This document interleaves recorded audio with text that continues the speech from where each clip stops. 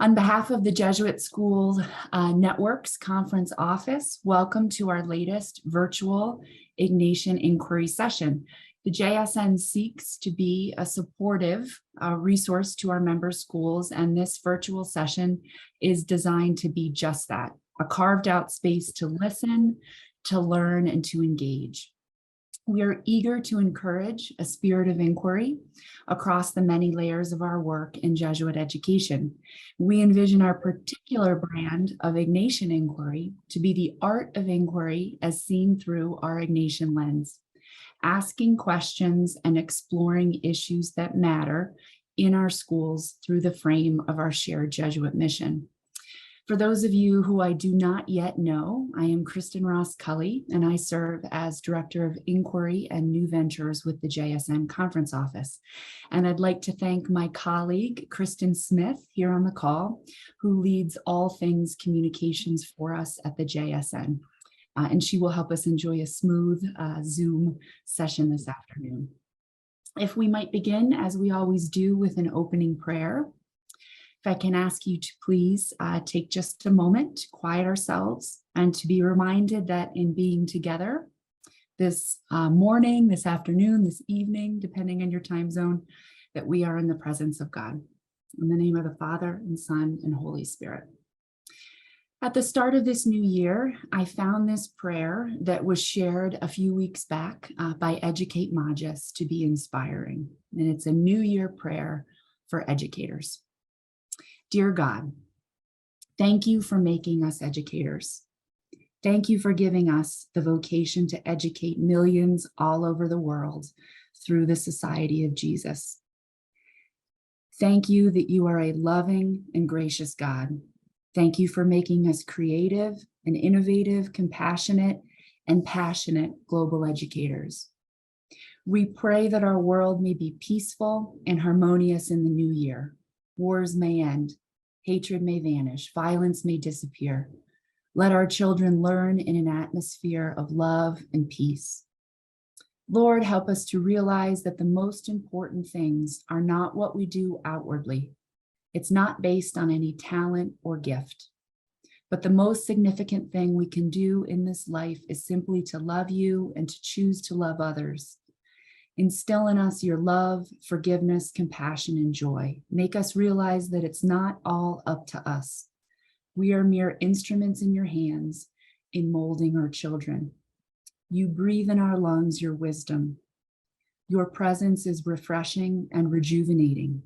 You equip us to face each day with the power of your love, your forgiveness, and your grace. May your Holy Spirit guide us in this new year. Make 2023 a journey into the blessings of you to discover what God is up to in our lives. Make all Jesuit educators truly loving and caring. Make us persons of conscious competence, compassion, and commitment to serve our students as we journey this year to a joyful experience. And if we might pray this afternoon in particular for the grace of imagination, of creativity, and of patience. Amen. So welcome to our first live virtual Ignatian inquiry session of 2023 entitled Intercultural Communication.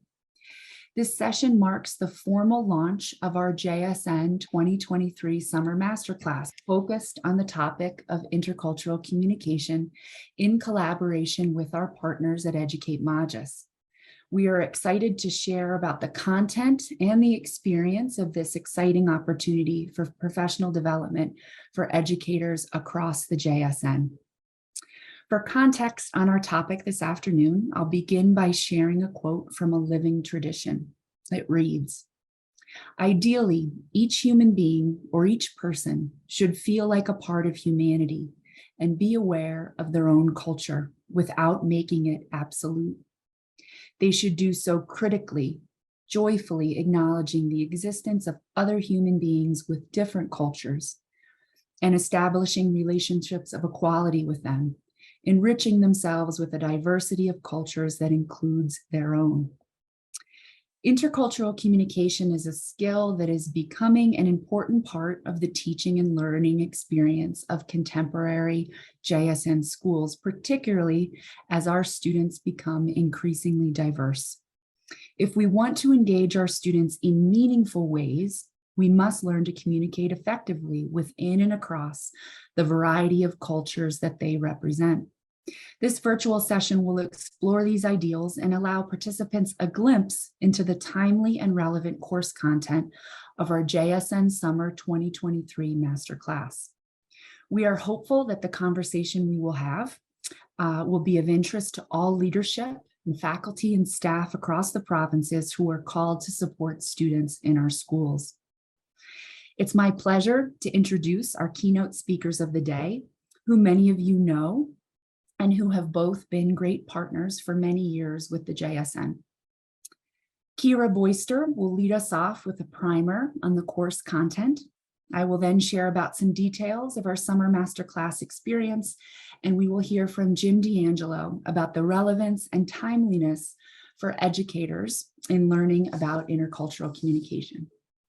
So I'm pleased to begin by introducing Ciara Beuster, who joins us this evening, her time, from Galway, Ireland. Ciara was Jesuit educated and maintained a connection with a Jesuit organization for young people throughout her third level studies.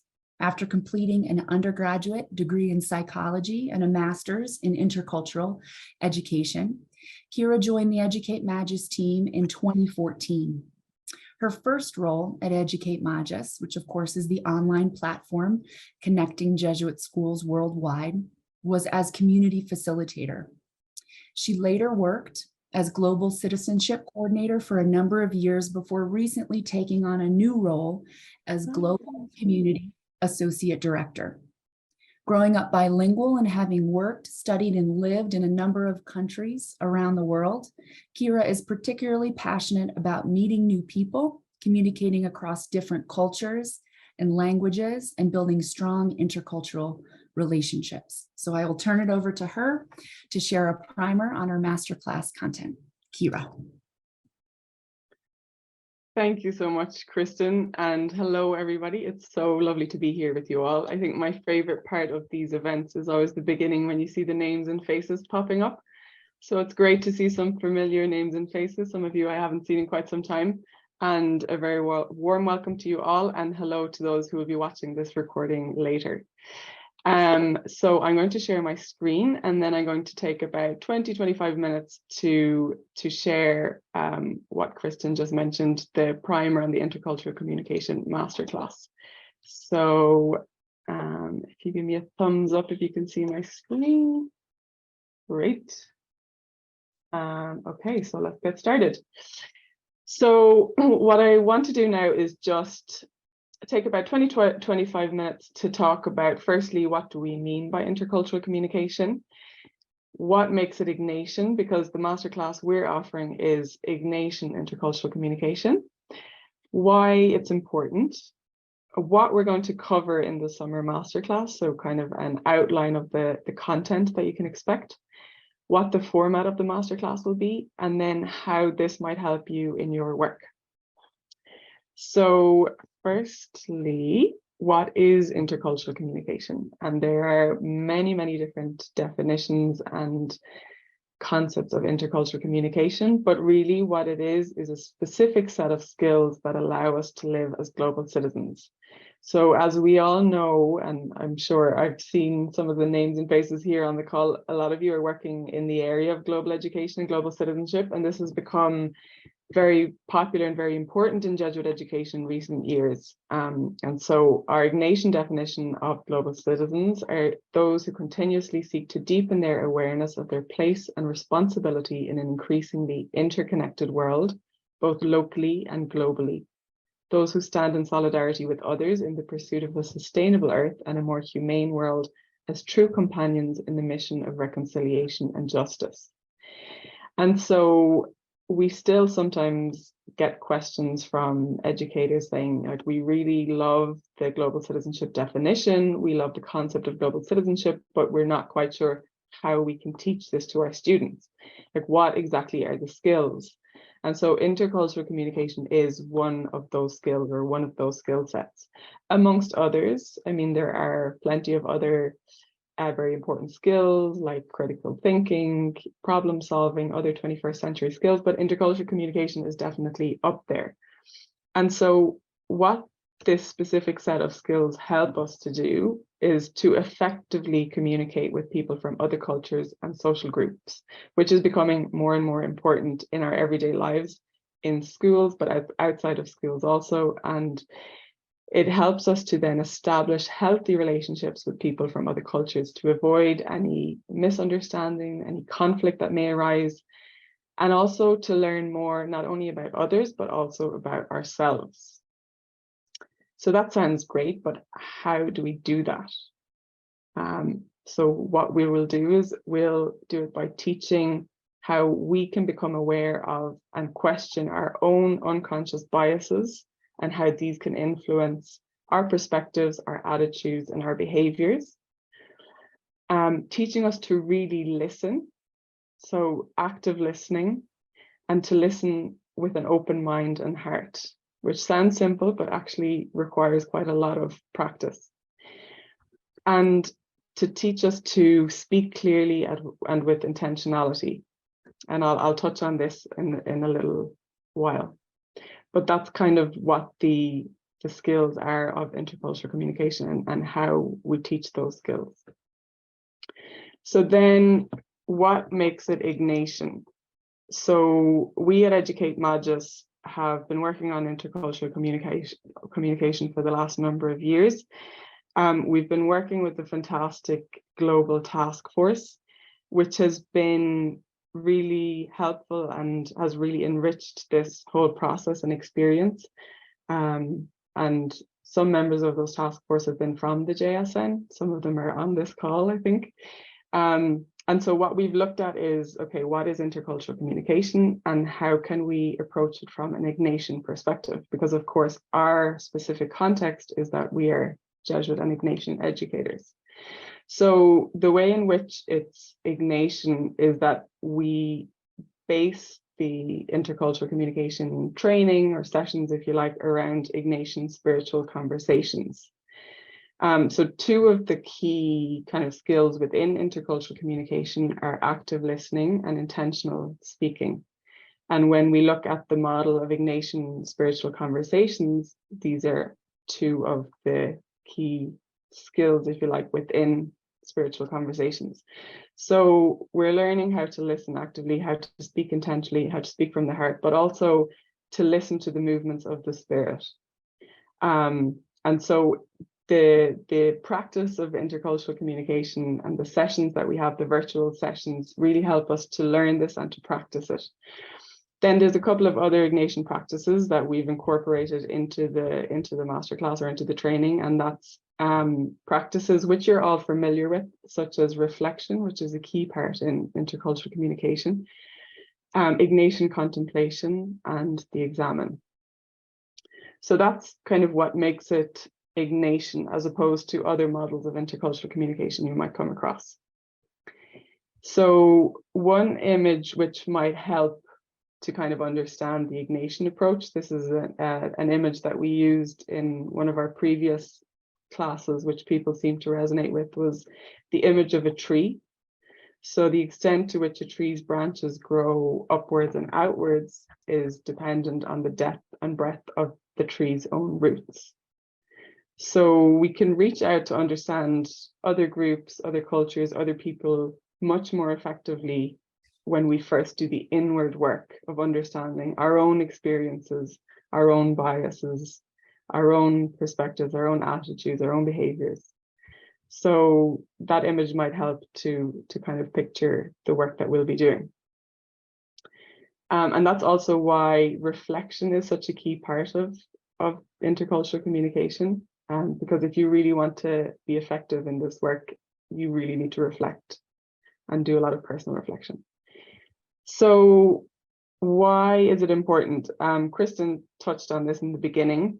You know, we're living in an increasingly global, interconnected world, yet it's also increasingly divided.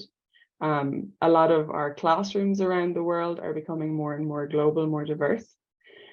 And as Ignatian educators and global citizens, it's our responsibility to work towards a more humane and peaceful world. So one concrete or specific way we can do that is to practice intercultural communication. And we can start by doing that in our own classrooms, in our own schools, and then use it when we interact with people in other schools, people in other countries, both in our work and outside of work personally. So what we want to do is to establish relationships of equality with people from diverse cultures. That's one of the lines in the quote from the living tradition that Kristin shared at the beginning. And I think it's one of the most important ones. So it's really having equal relationships with people from diverse cultures. And lastly, but definitely not least, interculturality is one of the global identifiers in the living tradition. And it's part of our Jesuit mission. And when we look at our Jesuit mission, you know, from the very beginning, there's always been a global dimension. There's always been an importance on interculturality. And so it's nothing new, but I suppose calling it out as intercultural communication and as a set of skills is perhaps a bit more new.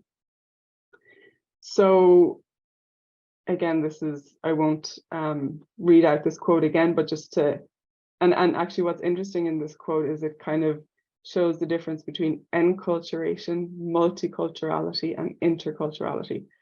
And so what we're focusing on is interculturality and intercultural relationships and intercultural communication. So then if I speak a bit more about what we're going to cover in the masterclass. So we're in the process of creating this content with the global task force. And so I won't give away too much yet, but just to give you a sense of some of the topics that will be covered. So firstly, it'll be an introduction into Ignatian intercultural communication. And so what that is just a deeper dive into what I mentioned, like what makes this Ignatian and why is it particularly relevant to Jesuit education? You know, because it's something that a lot of schools and in other networks are focusing on, but why is it particularly relevant in our context? Then identity and diversity. So this will be kind of exploring personal, social, and cultural identity and the dynamic nature of identity. So reflecting on my personal identity in relation to the world around me, how my identity has been shaped, what the important aspects of my identity are, and exploring the concept that the identity of oneself is shaped by the other and emerges from the encounter with the other, which is also why the interactions, the group reflections, the conversations that we're going to have in the virtual sessions will be so important and so beneficial to this particular module or this particular topic. We'll look at our similarities and differences and how our diversity ultimately leads to richer experiences. So that's kind of the topic of identity and diversity. Then bias, stereotypes, and prejudices. So really what we want to do here is to understand our own unconscious biases, like I mentioned, and how it might inform our prejudices and stereotypes of others, and equally how other people's unconscious bias might inform their stereotypes and prejudices of me. So how does that work, and how does this influence our beliefs, our attitudes, our behaviors? How can we learn to become more aware of these and to work with them? Then cultural backgrounds and worldviews. So this might sound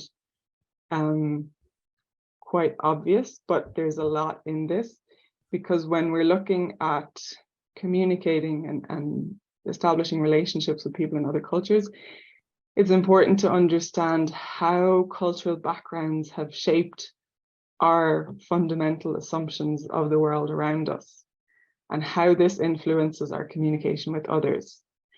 And that happens on a variety of different dimensions. So for example, my individual desires versus our collective needs, the distribution of power dynamics, the role and the importance of religion, historical and cultural references, our communication styles and norms, our perception of, and the importance that we place on timekeeping. So all of those different elements play into how our cultural backgrounds and worldviews are shaped, and ultimately how we then communicate with others. And then finally, one which is an interesting one, because sometimes when we think of intercultural communication, we think of languages, and if I learn Spanish, then I can communicate with other Spanish speaking people, which is true, and that's one aspect of communicating, but it's not the only aspect. And so we're kind of looking at the role of language in translation. How does nonverbal communication influence our communication across different cultures? And how does translation either help or hinder intercultural communication? So that's kind of just an overview of the type of topics and content that we'll be covering. And then just another quote which I really like from the living tradition is, "Diversity and difference are gifts to be celebrated in order to create an inclusive society. God is the loving creator of all things, and in God we find our commonality and our solidarity." So that's another quote from the living tradition, which I think kind of captures what we're trying to do here. So then if we look at the format of the masterclass, and Kristin will speak more about this, so I just want to mention kind of briefly. So there'll be a mix of asynchronous self-paced modules on the Educate Modules platform. So some of you might be familiar with the Global Citizenship course on Educate Modules. Similarly, we will have modules on intercultural communication, and those will be a combination of text, videos, and reflection questions. And so that would be content that you can digest in your own time, asynchronously.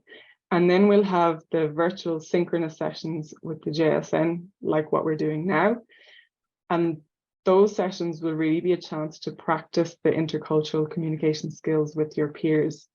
And that's really where a lot of the learning will happen, through the group discussion, the reflection, the interaction with others. And so we really recommend that you do both. So if possible, that you come to the 3 virtual sessions as well, because what we found in the past is that a huge amount of learning happens in these sessions. So you might be asking then, okay, this is really interesting, but how is this going to help me in my work? So completing, and this is some of how I think it will help. I'm sure there are other ways, and you might like to share some of those ways afterwards. But I think from our perspective, completing this masterclass will give you the skills, but also the materials to teach your students and or your colleagues these skills. So, for example, you might wish to facilitate intercultural communication experiences for your students, either just for your students in your school, or hopefully also your students together with other students in another Jesuit school, either in the JSN or in another part of the world. So you'll have materials to help with that also.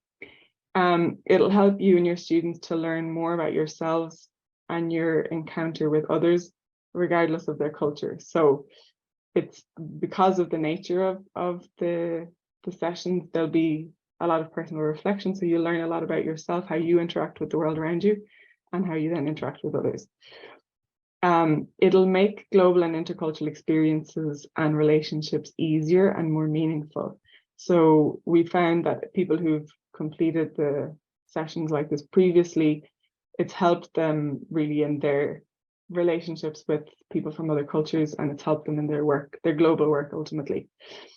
And it also gives you an opportunity. What I like about the format that the JSN are using for this, it gives you an opportunity to meet with your peers from other schools.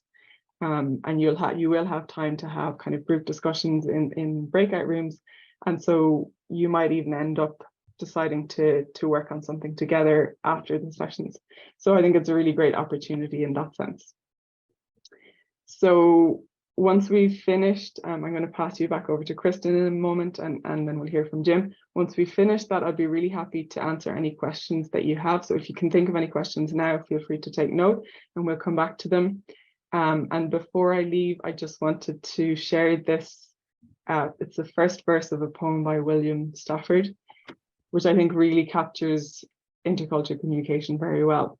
So if you don't know the kind of person I am, and I don't know the kind of person you are, a pattern that others made may prevail in the world, and following the wrong God home, we may miss our star. I think that kind of captures what we're trying to do nicely. So I look forward to coming back to you shortly, and I'll pass you back over to Kristin now. Thank you, Ciara. So with that kind of context of what intercultural communication is, what we mean by intercultural communication, and that primer on the course content, just a little bit about what the experience of our JSN Summer Masterclass will be like. And I'm pleased to see so many of you are on the call that were part of our experience last summer as well. After a very successful pilot masterclass last summer on the IPP, we are excited to be offering this masterclass this coming summer on intercultural communication. So again, in partnership with Educate Magis, the JSN will facilitate a cohort, and that word cohort and the spirit of it is really at the heart of the work. We'll facilitate a cohort of Ignatian educators from across the network who will engage with this virtual masterclass on intercultural communication. It will be led by our masterclass instructor, Jim DeAngelo, and it will include a number of virtual self-paced asynchronous modules utilizing the Educate Magis platform, as Ciara mentioned, as well as 3 virtual synchronous 1-hour touchpoint sessions with our cohort to facilitate deepened conversation. All of this happening over a 3-month period this summer. So for those of you that were involved with our pilot last summer, the experience will be much the same. It's designed to be a user-friendly opportunity, designed to inspire and ignite the professional growth of busy Ignatian educators during the quote, in between of the school year. By in between, I mean June, July, and August. I will send all details at the end of this week to principals across the JSN and for a rough sense of timeline. So the learning will begin at your own pace in the month of May, continue through June and July, with the 3 Zoom touch points scheduled well in advance for your planning. Will be a total of about 8 to 10 hours of a time commitment over the course of the summer. So again, it's designed to be a user-friendly opportunity. We might think about who would find participation in this master class program of value. So a few thoughts on that. The big idea is that the participants can learn and be trained, so to speak, in this topic of intercultural communication, and that the participant can then go back into their own community in the fall to spread the learning in formal ways as determined, or informal ways, as Ciara mentioned, as determined in each school setting. I do believe the content is relevant to all Ignatian educators in our desire to be reflective practitioners who seek to connect with and include all students within our learning, and all are welcome across the JSN. So again, all of the details, time commitment, fees, and so on will be sent to principals end of this week. And hopefully, if we have sparked an interest in you here this afternoon in our conversation, that those details will be of interest to you. So please be sure to follow up directly with your principal for all of the details of nomination, registration, etc. I'd now like to turn it over to our masterclass instructor to share a bit about his sense of the relevance and usefulness of this masterclass experience on our own professional growth. So I'm pleased to introduce our summer 2023 masterclass instructor, Mr. Jim DeAngelo, who currently serves as the interim head of upper school at the Browning School in New York City. Prior to that, he served as principal at St. Peter's Prep in Jersey City from 2007 until 2022. Jim's experience also includes close to 2 decades as a teacher of German and department chair. As chair and principal, he supported a significant expansion of the school's global programming. He also worked as an education delegate for the former New York province of the Jesuits, working with middle and high schools. Jim taught for 1 year at Canisius Kellogg, the Jesuit high school in Berlin, Germany, as part of a teacher exchange. In higher ed, he worked as an adjunct instructor in the German department at Rutgers University, New Brunswick, where he founded the summer study abroad program, Rutgers in Berlin, which he also directed for 3 years. So Jim, how does, from your experience, all of the content that we're speaking about this afternoon, how does it connect to the work of teachers and leaders across the JSN? Yeah, well, Kristin, it's great. Thank you very much for this invitation. And it's great to see everybody, a bunch of old friends and very familiar people to come together and to think about this really important kind of topic and really important value in Jesuit education. I was thinking as Ciara was speaking and then Kristin, and thinking about maybe what our professional development looks like. It's nice to have a session that's not talking about Chat GPT and what artificial intelligence is going to do in rec education. And so this may help us to refocus a little bit more and to think about what's really important and important over the long term, but really in the moment, what can we do? Kristin, and I was thinking about what is intercultural communication, and I think Ciara did a very nice job of what that is. But that stance, I think, is what can unite so many things in our schools. And I don't think it lives in one particular place, but rather it can make connections between a lot of the different places that we know and we care about in our schools. It could be that foundation of maybe exploring everything in a different way. And in particular, I think it can live both inside and outside the classroom, and I'll speak about that in a little bit. But in a lot of different ways, those questions about what's important and are questions that can transcend culture and can make those make connections really meaningful for us as we can learn from others. What the how of it is we're going to practice this summer, right? How to listen and how to be really thoughtful and intentional listeners, and how can we take that and maybe change our own practice as educators. I think very often in education we're taught to speak and present, and I think just as important for us is to learn how to listen, how to internalize that and reflect, and then how can we pass that on to our students, and then how can we pass that on to our colleagues in our schools. The when, right? That's always a big question. I think people talk about this all the time in schools. Where are we going to find the time to do this? And I'm going to propose, and I'm going to hope that we can explore this summer, is how to do that, where to find that time. I know it's finite, but that intercultural communication can be the first step in a direction that might spark projects that are inside the classroom within your own school or with another school. But it doesn't have to only be or reserved specifically for the classroom experience. It could also live in professional development and teacher training, and adding an element of intercultural dialogue with another school, whether it's within the network or with one of our international partners. It could take place also with student clubs and activities, student organizations, making connections between those groups. It could also be maybe a student assembly, and there could be it could live in that realm. So I think the intercultural dialogue, the intercultural communication can really be spread across all aspects of the school. And I'd like to explore, with our cohort, how might that happen? And then really just one piece, one part of any of those things, whether it be classroom experience, student clubs and organizations, school-wide assemblies, professional development. If one piece of that in the course of a school year could involve an intercultural piece, how much richer would our experience be as leader, and then also for our students and for our colleagues? And so I think that's the most exciting piece. I've had some experience in the last couple of years with that in my work at St. Peter's, And I'm really eager to explore that now with colleagues and kind of with a different eye maybe as we look at it this summer.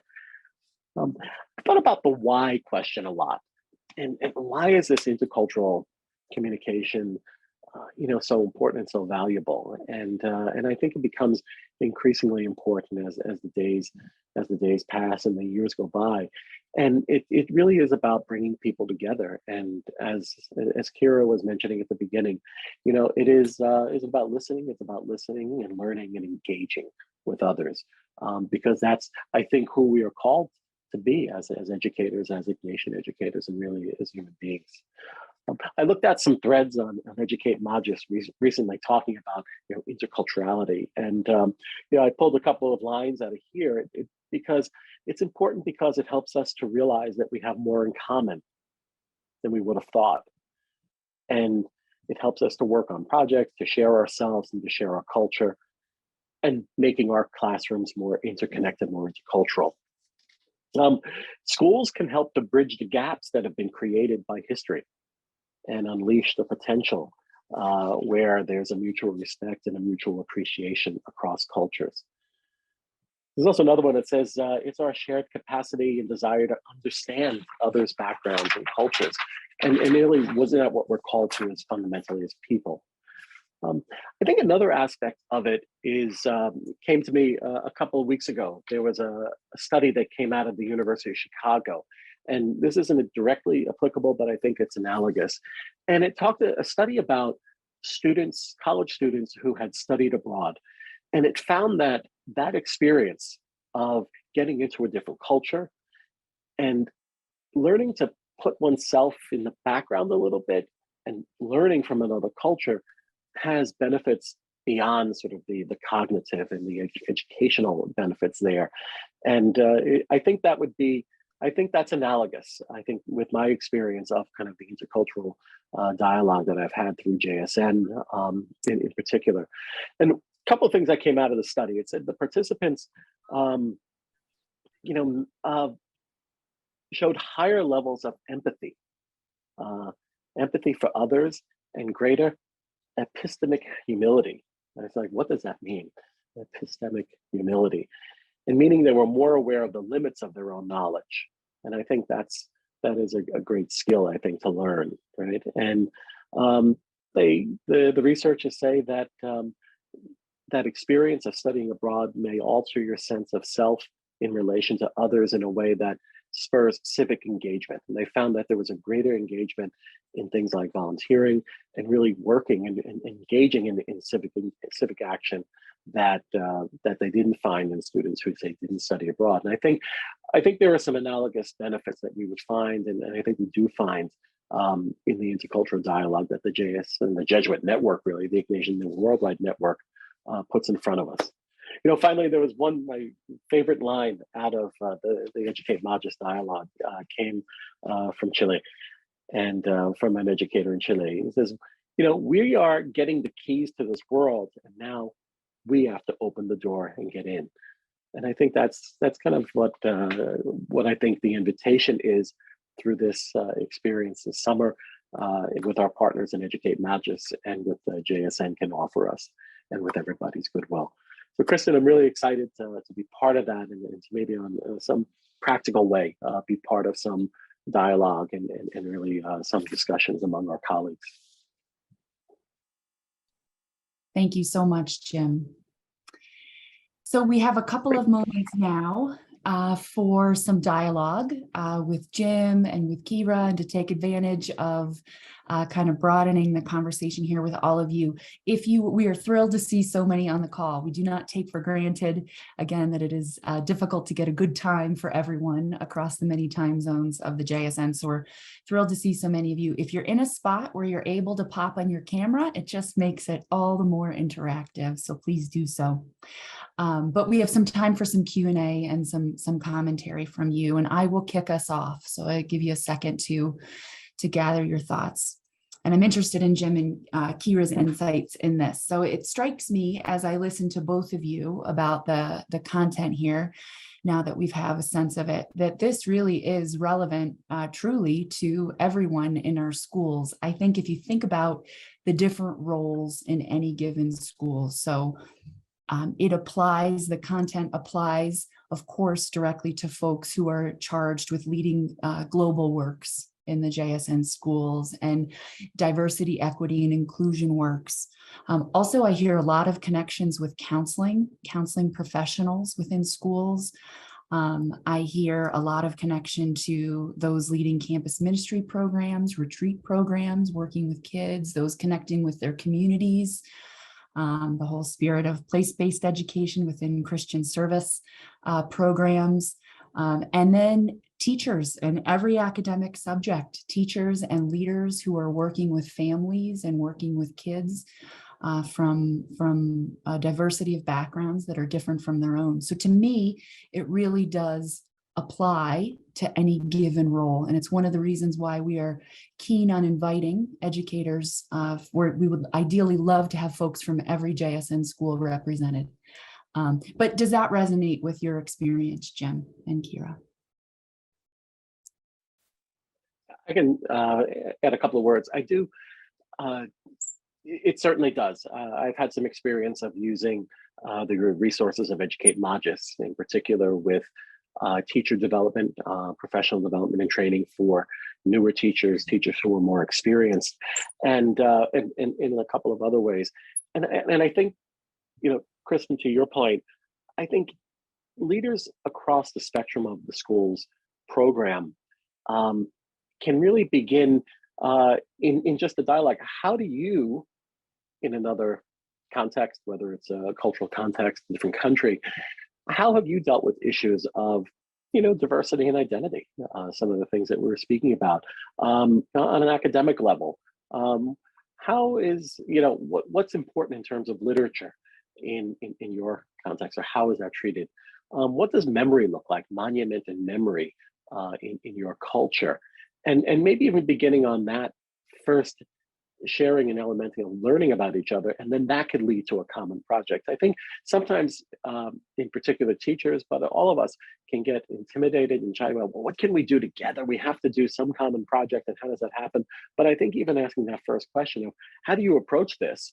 And this is how we approach it. And is there something that we might find that we do in common, or something that we might learn from each other, which I think it could be the value of what this experience can bring to us.